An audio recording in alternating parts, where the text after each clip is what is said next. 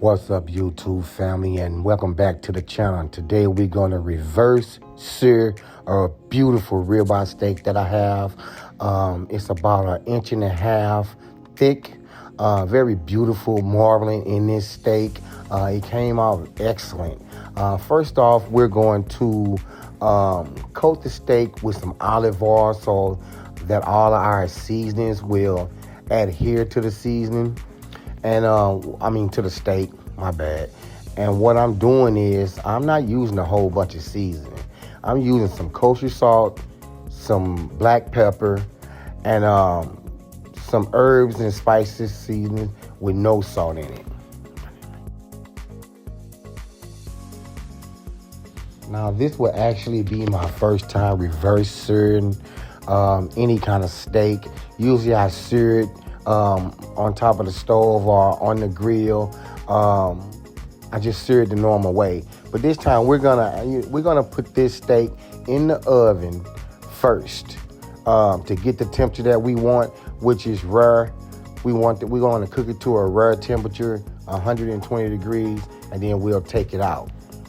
But after we season this up, we'll get to that oven. Now with these thick cut steaks, like I said, this one is about 1.5 inches thick. These type of thick cuts, they can take some seasoning. So don't go too heavy, but make sure you coat both sides of the steak and then also around the fat cap of the steak with your seasoning. And pat that seasoning into the steak. And as y'all can see, I have some butcher string wrapped around this steak just to see if I can keep the steak more uniform and together. I don't usually use butcher string either, but I'm trying something different just to see how that works out. So y'all go ahead and follow me with this one. This was delicious. This was a very flavorful and delicious steak. As you can see, I'm getting that seasoning around the fat cap of the steak as well and patting that seasoning in. Now we're gonna, I have my oven warming up to 275. I'm gonna add a temperature thermometer inside this steak so I can monitor the temperature of this steak without opening up the oven. And I can just take this Meet Me thermometer that I bought off Amazon. I'm gonna place it in, and I can monitor this steak temperature from my phone. That's dope. I like that. You know what I'm saying? So we're gonna cook this until the temperature reaches 120. And we're gonna take it out and reverse sear it. As you can see, I'm adding some smoked beef tallow that I have in my cabinet that I have saved over from a brisket cook. So I'm gonna heat this up to a high temperature and start searing this on both sides. Sear it for about 1 minute. Now remember, it came out at 120, so I can sear this for a minute, turn it over, sear the other side for a minute, get that nice, beautiful crust on it. And then I'm gonna add some butter and melt that down. Also, a garlic clove and some thyme. And then I'm gonna butter baste this steak. And we're gonna cut this up and see how it looks.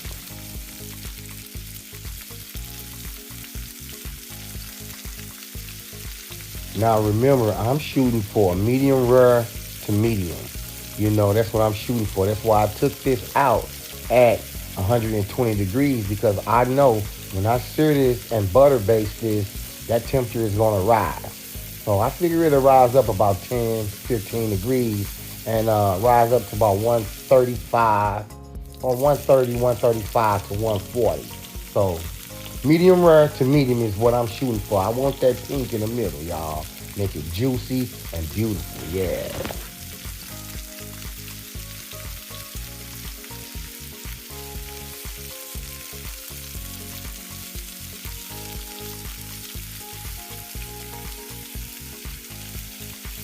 Now with me butter basting this steak, as you can see, I'm turning it over on the fat side too and get that fat around the steak nice and crispy as well. But with me butter basting this steak, the flavor profile of this steak was amazing.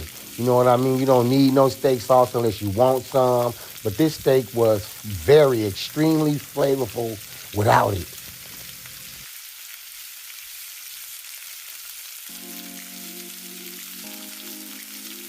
Now, the only herbs that I used in my butter base was thyme, but you can also put rosemary inside that butter base and just flip that butter over that steak.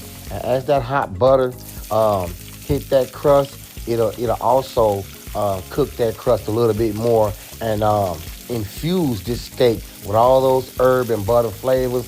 This was amazing.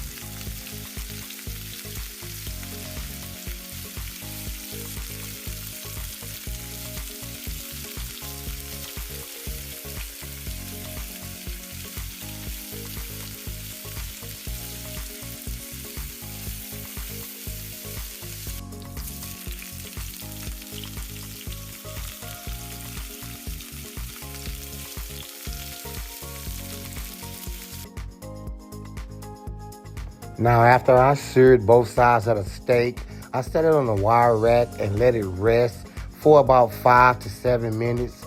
Took the butcher string off and I began to cut the steak against the grain that's short ways.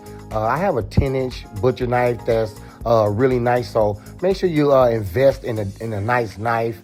So when you cut your steaks, you get a nice clean cut straight through it. This steak was flavorful. This steak was delicious. Like I said, the flavor profile with this reverse searing, the way that I did, was next level, y'all. Was next level. I had to taste a piece while I was cutting it, and it was delicious.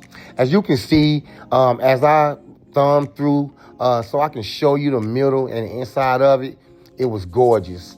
I want to take this time out to thank y'all for chiming in with me with this video, tuning in to my channel, and checking it out, y'all. And like I said, once we reach 1,000 subscribers, I will be giving away $500, y'all. So make sure that you subscribing and you give yourself a chance to win that money.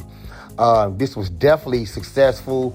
I'm going to be reverse searing a lot more now. I never really thought about it at first. I usually just sear it in the beginning of the cook, but reverse searing, after it comes out the oven, is next level, y'all. So I want to thank y'all for tuning in.